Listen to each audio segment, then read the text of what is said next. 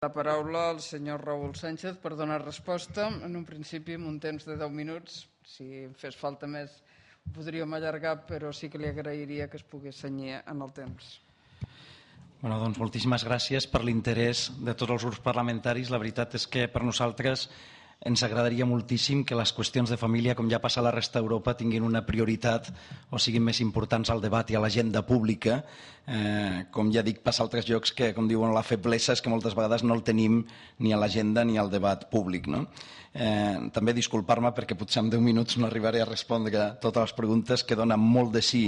cada una de les respostes que es puguin fer, però sí que tenim sempre la disposició oberta i ens agradaria moltíssim poder seguir treballant, com ja fem amb tots els grups, per anar avançant a les qüestions que cada un es pugui inquietar o que ens pugui col·laborar per aconseguir aquests fins. Jo diria primer una qüestió de concepte, i és que mai ens agrada parlar d'ajudes a famílies nombroses o ajudes a famílies amb fills, perquè considerem que no és una qüestió de beneficència, com ens han dit abans una representant del grup d'Iniciativa per Catalunya, és una qüestió de justícia social.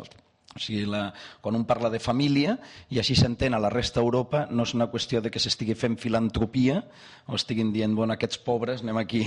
sinó que és una qüestió de justícia social perquè s'està compensant d'una manera solidària uns costos, que són els fills, que estan aportant també un benefici a la resta de la societat. Jo penso que amb el que hem explicat del manteniment del sistema de benestar, aquest concepte és important. Llavors, ja anant en concret, jo penso que hi ha moltes coses que es poden fer. Realment, a l'àmbit de Catalunya, com se'ns ha dit, realment la llei de protecció de famílies nombroses de Catalunya pensem que és imprescindible,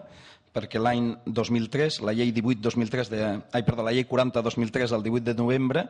que regula la protecció de les famílies nombroses, i el decret que es va fer el 2005, es va fer per fi una nova llei. La que hi havia fins llavors era la de l'any 1971, perquè veieu una mica el que teníem fins a l'any 2003, i aquesta llei, lògicament, al ser feta des de l'Estat i amb un marc absolutament diferent de l'any 71, doncs a l'any 71 no hi havia comunitats autònomes, no hi havia competències autonòmiques, i per tant aquesta nova llei, amb moltes de les coses, deixa obert a que cada comunitat, en l'àmbit competencial propi, pugui desenvolupar el que ja es diu. Llavors, per nosaltres és imprescindible que això es desenvolupi, perquè si no mai hi haurà l'exigència legal pel govern de torn, sigui el que sigui, de complir amb l'esperit d'aquesta llei, que és precisament aquesta qüestió de justícia social amb les famílies nombroses. Una qüestió de justícia social i també de política social, perquè també és cert que les famílies nombroses i les famílies monoparentals, com diuen els experts, i més en aquests moments de crisi, són les que estan amb més risc d'exclusió social o de passar a l'àmbit de pobresa. Llavors, la llei de famílies nombroses catalana, pensem que és important, agraïm molt l'esforç de les proposicions que s'han anat presentant per diversos grups. Sí que pensem que hauria de tenir, com ja s'ha dit, aquesta consideració de consens, o sigui que sigui una llei consensuada, que sigui una llei que s'adapti a la realitat de les famílies nombroses d'aquí, i que ja dic, és cert que ara no es poden destinar moltes quantitats, però pensem que sí que pot ser una llei que es pugui treballar al llarg d'aquest any, i si, com tots els experts diuen, l'any 2013-14 la qüestió econòmica comença a remuntar, aquesta llei ja pugui ser aplicable, aquesta llei que s'ha anat treballant i que volem treballar conjuntament amb tots els grups, i llavors ja pugui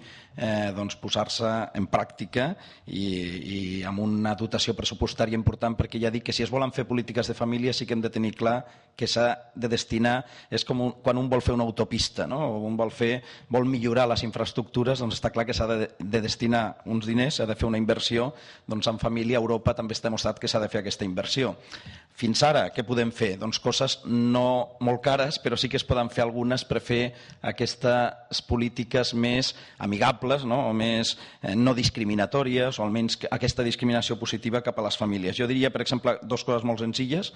Una cosa que ja està recomanant el Comitè Econòmic i Social de la Unió Europea, que és començar a fer un informe d'impacte o d'anàlisi familiar de les lleis que es vagin aprovant. És a dir, moltes vegades la llei, sigui les que siguin, moltes vegades tenen un impacte a les famílies, igual que ja estem acostumats a fer un impacte d'informe mediambiental o moltes vegades un informe sobre l'equitat de gènere o l'impacte que tindrà l'equitat de gènere una llei, doncs que també comencem a veure l'impacte que té a les famílies. Per exemple, quan hem parlat d'habitatge, que sapiguem que pràcticament no s'ha fet cap habitatge de protecció oficial d'un tamany adient a famílies nombroses perquè tampoc la normativa permetia fer un espai adequat per famílies nombroses. O sigui que hem d'anar veient de dir, aquesta llei que anem a aprovar, quin impacte té, arriba a totes les famílies, els horaris, etc. Que tot això, introduir aquest informe o aquesta anàlisi de l'impacte a les famílies de les mesures legislatives que van aprovant, jo penso una cosa que no val diners i que almenys va introduint aquesta perspectiva de família en les polítiques públiques. Altra cosa que nosaltres demanem, hi ha moltíssimes prestacions socials a Catalunya que estan limitades per als ingressos anuals de la unitat familiar. Per què no introduir el concepte de renda per càpita, com ja es fa als països com França, Alemanya, etc., que tenen el concepte de quocient familiar o de splitting, perquè moltes vegades tenim moltíssimes lleis que acaben provocant veritables injustícies, prestacions socials, perquè tenen un límit d'ingressos absolut i resulta que el que té un fill i no guanya més de 14.000 accedeix a aquesta prestació, el que té 4 fills i guanya ja 1.000 euros més ja no accedeix perquè són límits pràcticament absoluts o amb una correcció pràcticament insuficient per tractar amb justícia aquesta unitat familiar. Nosaltres estem demanant que es pugui fer la renda per càpita, és a dir, senzillament dividir els ingressos pels membres de la unitat familiar. Hi ha algunes coses que hem anat aconseguint també a bases de sentències judicials, com va ser amb el rebut de l'aigua, el mateix, que s'anava castigant a les famílies nombroses precisament perquè consumeixen més aigua, però quan divideixes els litres per persona resulta que potser estan estalviant molt més que un senyor que està sol i que està pagant el primer bloc de consum. Pensem que això s'hauria d'introduir a tots els subministraments públics, a les taxes, als preus públics municipals. Quan es parlava de coses que podien fer els ajuntaments, jo penso que s'introduïa aquest criteri que moltes vegades no vol dir ingressar menys, sinó establir un criteri amb aquesta perspectiva de família per no discriminar o no penalitzar les famílies que tenen més fills. Clar, nosaltres a nivell, què demanem? Demanem, ens agradaria poder recuperar la prestació universal que ja hi havia i que s'ha suspès temporalment amb motiu de la crisi econòmica, aquesta prestació que es feia fins a 6 anys i que es compleixi l'espírit de la llei de suport a les famílies que es va aprovar l'any 2003 per anar augmentant la quantia i per anar augmentant l'edat dels fills i aconseguim una situació com passa a la resta d'Europa que hi ha una prestació universal per fill a càrrec fins als 18 anys d'edat o fins als 20 anys d'edat i que ja dic, som l'únic país d'Europa que no té aquest tipus de prestació i que ja dic, no és una ajuda sinó que és una compensació per compensar solidàriament part d'aquests costos dels fills. Està clar que això correspon a tots, correspon no només als poders públics, també al sector econòmic, al sector educatiu, etc., a la societat civil. Però és cert que el paper que juguen les administracions públiques, com ens deien, és molt important. Però també està clar que si no hi ha fills no hi haurà... O sigui, estem parlant de que hi hagi la sanitat universal pública gratuïta, que hi hagi l'educació pública gratuïta, però ja estem veient que si no aconseguim que la gent pugui tenir els fills desitjats i no tenim aquest reemplaçament de generacions, lògicament no es pot mantenir això i acabarem anant cap a la privatització, el copagament, com ja està passant, etc. Per tant, jo estic d'acord que no és de dretes ni d'esquerres. És més, que és molt progressista, diríem, si un vol mantenir aquest sistema de prestacions públiques, l'ajudar o el donar suport perquè la gent pugui tenir aquest projecte familiar lliurement escollit, com s'ha dit. Hi ha moltíssimes altres qüestions, com pot ser com afectar les taxes a la universitat, l'euro per recepta. Nosaltres ja ens hem manifestat que precisament estem en contra d'algunes mesures que s'estan fent, també tant a nivell estatal com aquest copagament al farmacèutic o l'euro per recepta està castigant més a les famílies nombroses, perquè lògicament quan tens més nens has d'anar molt més. Si necessites més medicines estaràs pagant més. Però això ens passa amb tot, ens passa amb impostos, per exemple l'IVA. Ara ha sortit un estudi recent que diu que les famílies nombroses són les que suporten, les unitats familiars que suporten un tipus mig d'IVA més elevat que la resta d'unitats familiars, perquè com has de comprar més coses estàs pagant més impostos que la resta. I dius, això és just, no és just? Hi ha països com Alemanya, per exemple, i jo poso aquests exemples de països més grans, però són els que tenen això al debat públic, que ja estan plantejant-se, per exemple, diu, quines coses es poden plantejar en la reforma ara que s'ha fet laboral, de les pensions, etc. Nosaltres ja vam anar a la Comissió del Pacto de Toledo i vam proposar el que ja es proposa a altres països, que la pensió vagi també proporcional al nombre de fills, de vegades, perquè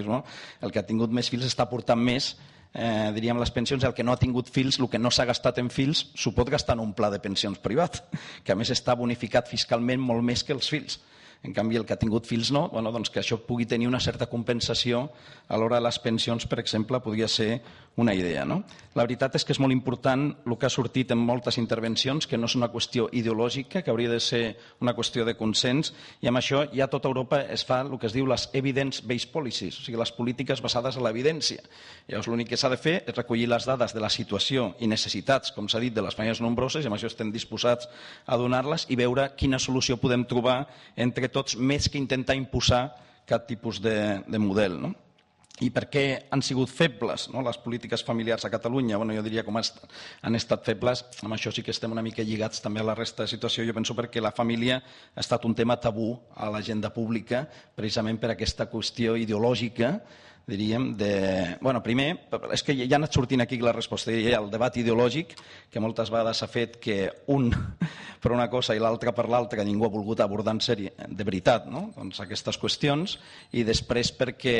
la fortalesa de la xarxa familiar que tenim als països mediterranis també ha fet que moltes vegades quan han vingut els problemes la família ha sigut la que ha anat absorbint aquests problemes i per tant no hi ha hagut com la necessitat de que les administracions públiques vagin actuant. Tot això ara cada cop és més difícil, la xarxa familiar és més feble, encara que la família segueix sent la primera ONG del país, però cada cop és una ONG més feble que està rebent menys suport i per tant més necessitada d'enfortir. I després han sortit aquí coses també que poden ser barates com donar més informació, que realment això és veritat, o sigui, les famílies nombroses, les prestacions que existeixen estan repartides a nivell local, a nivell autonòmic, a nivell estatal i dintre de cada, tant a nivell vertical com horitzontal, doncs en educació, en transports, en habitatge, en sanitat. I clar, la família no té temps per anar contínuament a tot arreu a informar-se i aquí sí que cal un esforç d'integrar la informació i per això aquesta idea que ha anat sortint que hi hagi un portal que surti tota la informació tant a nivell local com a nivell